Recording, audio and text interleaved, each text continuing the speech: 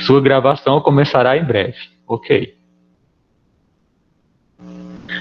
Mas vocês continuam vendo os slides, né?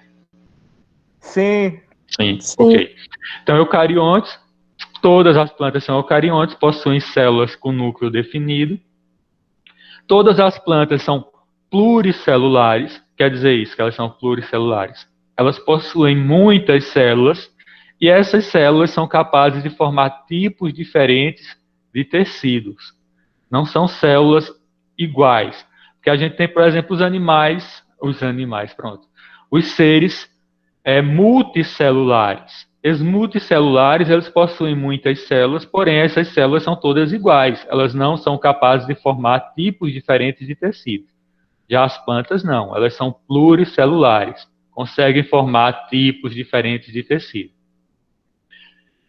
Todas as plantas são seres autotróficos. Quer dizer, autotróficos são seres que conseguem produzir o próprio alimento. Quanto a esse ser aqui, ó, essa terceira palavra em autotrófico, eu dizendo que todas as plantas são, existe um grupinho de plantas que está aqui na foto ao lado, chamado de plantas carnívoras, que podem surgir aí numa questão para vocês como uma pegadinha, né? Perguntando, por exemplo, se as plantas carnívoras também são autotróficos. Como você já deve ter visto aí na internet, em filme ou até mesmo em desenho animado, plantas carnívoras elas conseguem capturar presas, conseguem capturar insetos e também pequenos vertebrados. Vejam só, nessa imagem a gente tem uma foto de uma Dioneia papamoscas, essa planta. Então ela tem, durante aí a vida evolutiva dela, ela desenvolveu armadilhas para capturar esses insetos. Vejam só, essas estruturazinhas aqui, ó, que eu estou passando para o propulsor do mouse. Então, quando o inseto vem andando aqui, que entra dentro dessa armadilha, ela se fecha. Ela se fecha e aprisiona aí o inseto. Então, se ela aprisiona o inseto e vai se nutrir desse inseto, ela não seria um ser heterotrófico e não autotrófico? Não. Mesmo ela fazendo isso, ela continua sendo autotrófico, produzindo o próprio alimento. O que acontece com as plantas carnívoras? Durante a evolução, essas plantas elas são nativas de lugares onde o solo é muito fraco em nitrogênio. E um dos principais elementos que as plantas necessitam para se desenvolver é o nitrogênio. Então, durante a vida evolutiva dessas plantas, elas desenvolveram essa técnica de capturar insetos para, a partir deles, conseguir o nitrogênio que elas não conseguem no solo, certo? Então, não quer dizer que ela vai comer o inseto, vai digeri-lo, vai fazer uma digestão, vai defecar depois. Não, ela só vai absorver nitrogênio e outros minerais também do inseto, já que ela não consegue esses minerais, esses nutrientes, no solo, que é solo muito fraco. Então, mesmo as carnívoras são autotróficas, produzem o próprio alimento. Não existe nenhuma planta até hoje que seja heterotrófica. No quarto tópico, amido como reserva de energia, união de diversas moléculas de glicose. Veja só, as plantas como seres autotróficos, elas produzem a energia que as mantém vivas através de um processo chamado de fotossíntese. Vocês viram bem isso lá no primeiro ano. O resultado dessa fotossíntese é a produção de moléculas de glicose, né? Que seria aí a base de sustentação da planta. Quando a planta, vamos dizer assim, está numa situação muito boa, ela consegue armazenar essas moléculas de glicose que ela produziu a partir da fotossíntese para tempos difíceis. De que forma ela faz isso? Ela transforma essas moléculas de glicose em um aglomerado chamado de amido. E esse amido é que vai servir aí de reserva energética para essas plantas. Base estrutural da planta, a celulose, formadora da parede celular. Eita, não dá para desenhar. Olha que porcaria. Então vejam só. Quando a gente estava vendo célula animal e vegetal, a gente viu que por fora da membrana da célula vegetal, existe uma camada externa chamada de parede celular. Essa parede celular das células vegetais é composta por uma substância chamada de celulose. E essa celulose é o que dá toda essa resistência às plantas. Por exemplo, nos permitem a gente usar madeira aí durante anos. Madeira é o que? É uma planta morta que a gente tem na nossa casa e ela continua aí se perdurando durante muitos e muitos anos. Então, essa celulose, que forma a parede celular da célula vegetal, é a base estrutural de todos os vegetais, de todas as plantas. Aí eu pergunto a vocês, até aí, alguma pergunta, algum comentário? Estão conseguindo acompanhar? Sim, professor, mas eu tenho uma pergunta. Pergunte, Bruno. Igual os tecidos humanos, por falar em conjunto de células, os tecidos das plantas, elas possuem matriz extracelular ou só nos tecidos humanos? Não, possui também matriz extracelular, certo? Ah, sim, entendi. Possui. Só que, assim, os tipos de tecidos celulares não se aplicam ou não se comparam aos tecidos celulares animais, né? Porque são estruturas totalmente diferentes. Mas se você pegar uma planta, ela vai ter estruturas diferentes de tecido na madeira, no fruto, na raiz, na folha, etc. Certo? Entendeu, Bruno? Certo. Mais alguma pergunta? Posso passar aqui? Pode, professor. Então, vendo o que caracteriza um vegetal, uma planta, como vegetal, agora a gente vai ver o que é mais cobrado aqui nos vestibulares ou nos SSAs da vida, que são a classificação dessas plantas. Muito. Oi? Professor, Oi? muito, professor. Na prova do SSA tinha uma questão de angiospermas, que era daquela parte de carpelo, as divisões das partes das angiospermas. As estruturas das flores, né? Reprodutivas. Isso. A gente vai ver mais para frente. Pronto, sempre cai alguma coisa sobre essa divisão de plantas aqui. As plantas, como o próprio nome sugere, elas fazem parte de um reino chamado de reino plante, que se escreve plantae, e elas são divididas em 4 grandes grupos: briófitas, pteridófitas, gimnospermas e angiospermas. Essa classificação aqui, ó, das plantas vai quanto deixa eu lembrar da palavra. A capacidade evolutiva de cada grupo. Quer dizer, as briófitas elas são menos evoluídas do que as pteridófitas, as pteridófitas menos evoluídas que as gimnospermas e as gimnospermas menos evoluídas que as angiospermas. Então vai obedecendo aqui uma hierarquia de evolução. A cada grupo desse vai surgindo novas características evolutivas. E vai ser essas características que a gente vai ver aí ao longo da aula.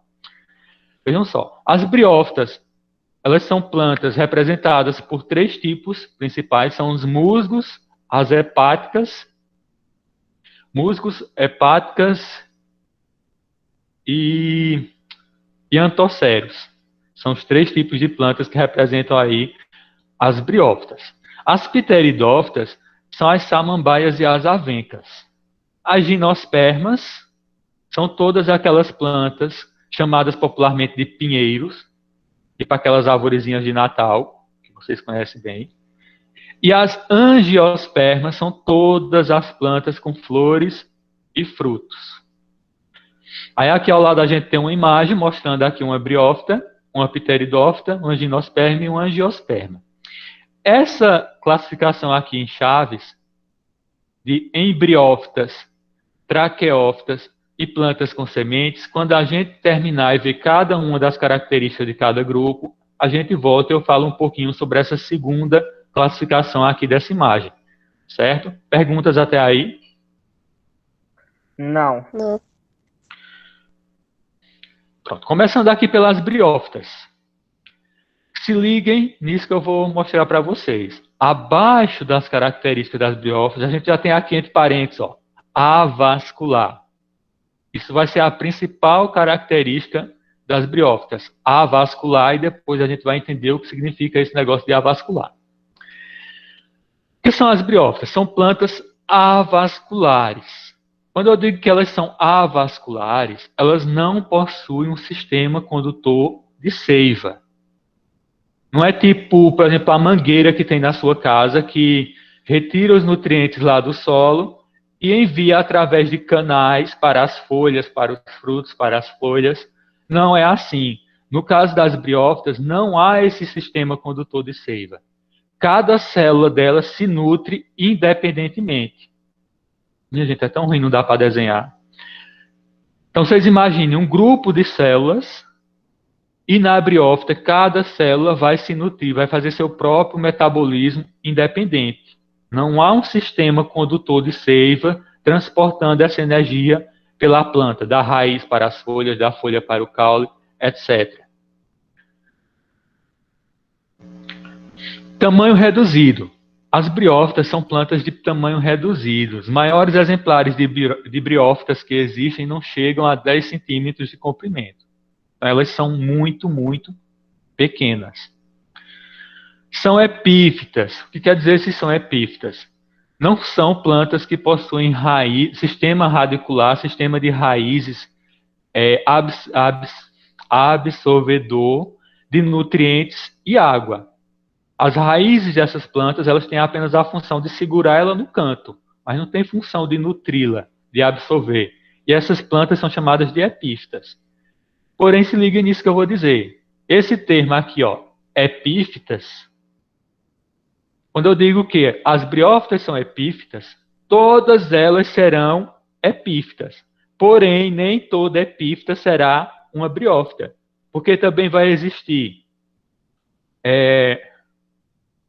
pteridófitas e angiospermas que também serão epífitas.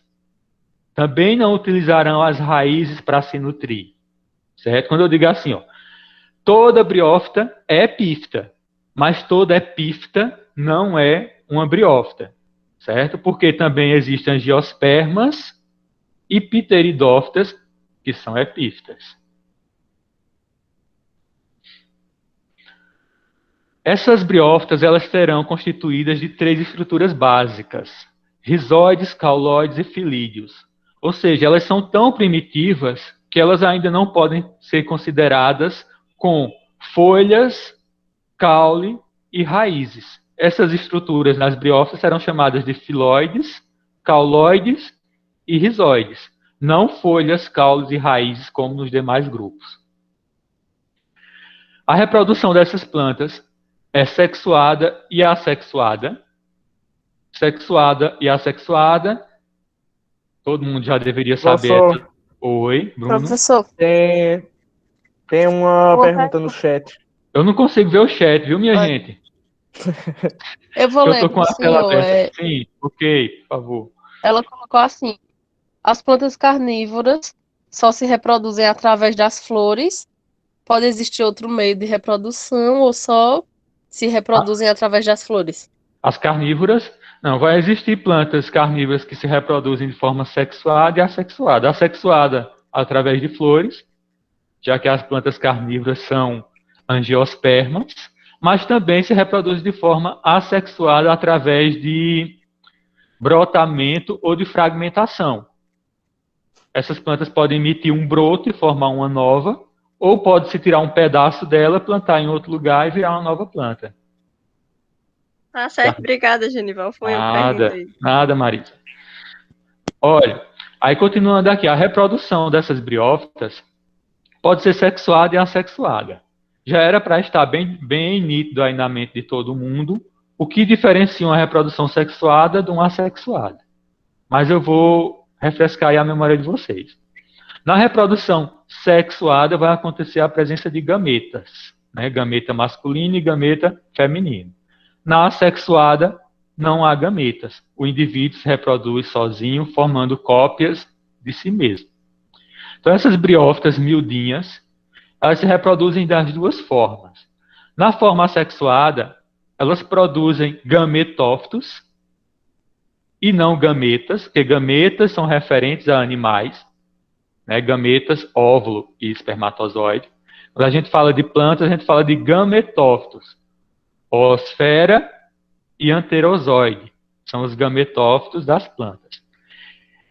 Depois da união desses gametófitos masculinos e femininos, são formados esporófitos, como se fossem pequenas sementes microscópicas, que não são sementes, são esporos, só estou comparando, que a planta vai lançar aí ao vento, e onde esses esporos cair, irá gerar uma nova planta. Certo? Isso na reprodução sexuada. Na reprodução assexuada das briófitas, ela vai se reproduzir por propagação vegetativa através da fragmentação. Quer dizer propagação vegetativa, quer dizer que a planta vai se reproduzir formando cópias de si mesma.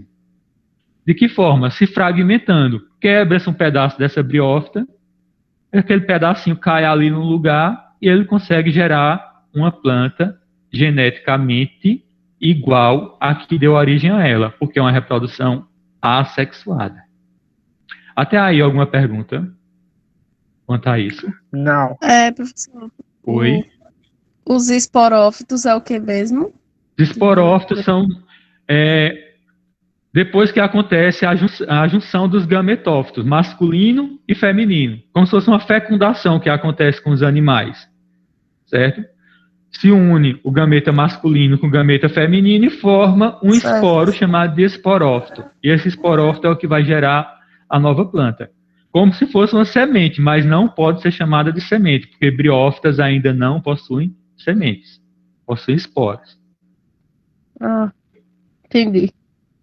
Vejam só, nesse negocinho aqui amarelo, uma coisa muito importante sobre as briófitas. A reprodução depende da presença de água. Quando eu falo que a reprodução depende da presença de água, eu estou falando da reprodução sexuada. Por quê? Porque para que haja a formação dos esporófitos a partir da junção do gametófito masculino e feminino, é preciso que a água conduza os dois. Essa união de gametófito masculino com gametófito feminino só vai acontecer se a água fizer esse transporte, certo? Então, a reprodução das briófitas depende da presença de água. As briófitas, minha gente, elas são as plantas mais primitivas, segundo a evolução, a ciência que estuda a evolução, né, que é uma ciência chamada de evolução. Dizem que essas briófitas foram as primeiras plantas que conseguiram deixar a água e ir para a terra firme. Porém, elas não evoluíram a ponto de a sua reprodução não depender mais da água. Elas foram para a terra firme, porém a reprodução continuou dependendo da presença de água. Perguntas sobre briófitas? Ô, professor. Oi, Bruno. Então é por isso que, assim, tipo, eu sei, só para refrescar minha memória, aquele chamado lodo, popularmente, que o povo chama de lodo, que se cria em cima de pedras, perto de açudes, é uma briófita, no caso, né? Aquele lodo, ele pode ser, porque existem várias e várias espécies de lodo. Ele pode ser tanto uma alga aquática, certo? Também pode ser. Uma alga aquática, porque as algas, elas tanto podem ser de meio aquático, como elas podem viver em ambiente muito úmido, certo? Sem ser dentro de água, vamos dizer, próximo a ambientes aquáticos muito úmidos. Então, elas podem ser algas, ou podem ser algum tipo de briófita também, certo? Mas existem briófitas, inclusive, que conseguem viver no deserto. Porém, elas só vão se reproduzir de forma sexuada quando chover, certo? Porque o que vai fazer a união dos gametófitos é a presença de água. Essa água pode não ser a água do ambiente aquático, mas pode ser a água da chuva, a água do orvalho, ou seja, ela necessita da molécula de água para levar o gametófito masculino até o feminino ou o feminino até o masculino, certo? Certo. E, professor, também, só relembrando o estudo das bactérias do ano passado, qual era mesmo a bactéria que atacava plantas, que eu me lembro o nome dessa bactéria? Que atacava plantas? Não, que eu soube, Se eu bem não me engano, era bacteriófago, ou era outro? Não, Eu não tô muito bem lembrado, não. bacteriófago é um tipo de vírus que ataca as bactérias. Então acho que eu tô confundindo. É um tipo de vírus que ataca bactérias, certo? Quando a gente fala de bactérias que atacam plantas, vão ser muitas. Tem muitas doenças que causam, muitas doenças bacterianas que atacam plantas, certo? Certo. Não tem uma assim específica. São várias e várias espécies de bactérias. Assim como tem várias e várias espécies de bactérias que atacam animais, seres humanos, certo? Mais alguma pergunta, minha gente? Por enquanto, não. Não.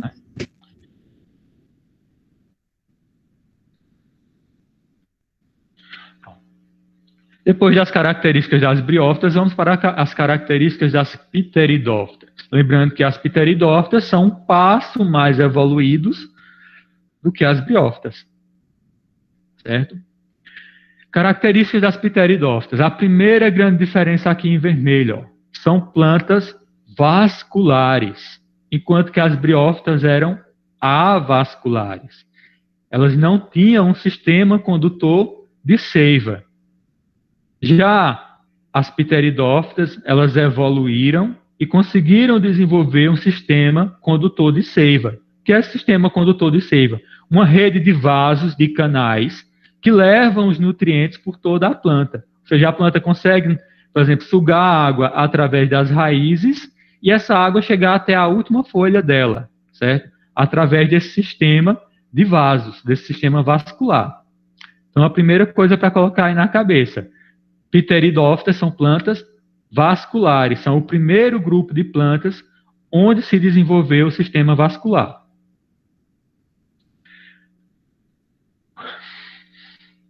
As briófitas, as pteridófitas, olha eu confundindo.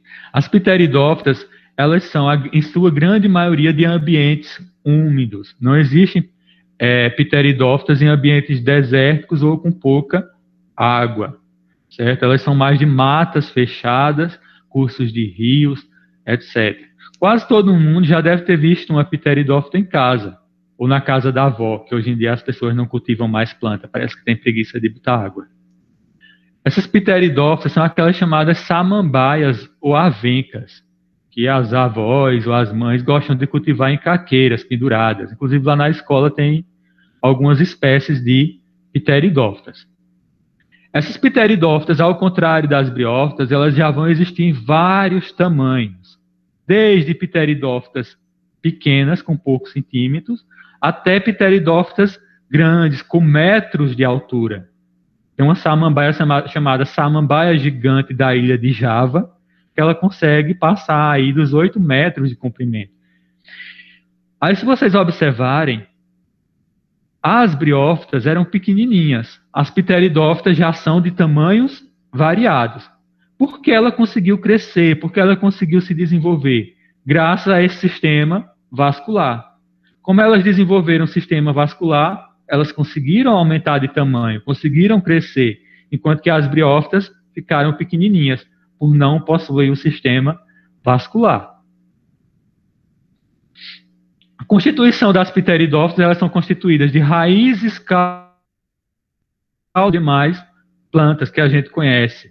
Já vai aqui não ser mais classificada cauloides e rizóides. Já são raízes, caules e folhas, como a gente conhece. Não possui flores nem frutos. Nenhuma pteridófita possui flor nem fruto. Possui também reprodução sexuada e assexuada. A reprodução sexuada vai ser basicamente igual à das briófitas, através de gametófitos e esporófitos, certo? A assexuada vai ser também através de reprodução vegetativa e de fragmentação. Ou seja, a reprodução delas até aqui é basicamente igual à reprodução das briófitas.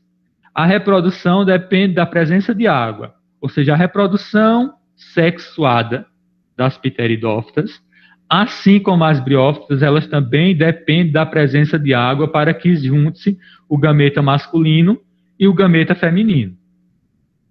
Aí vejam só, eu vou ter aula agora com os segundos anos. Aí eu vou me despedir por aqui. E na próxima aula que Mislene vai marcar com vocês o dia, a gente vai ver aqui o que são esses sistemas condutores de seivas, que a gente vê que eles surgem aqui, ó, nas plantas vasculares, no grupo das pteridófitas. Alguma pergunta, minha gente?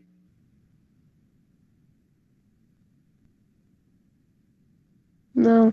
Não, né? Estão me ouvindo, né?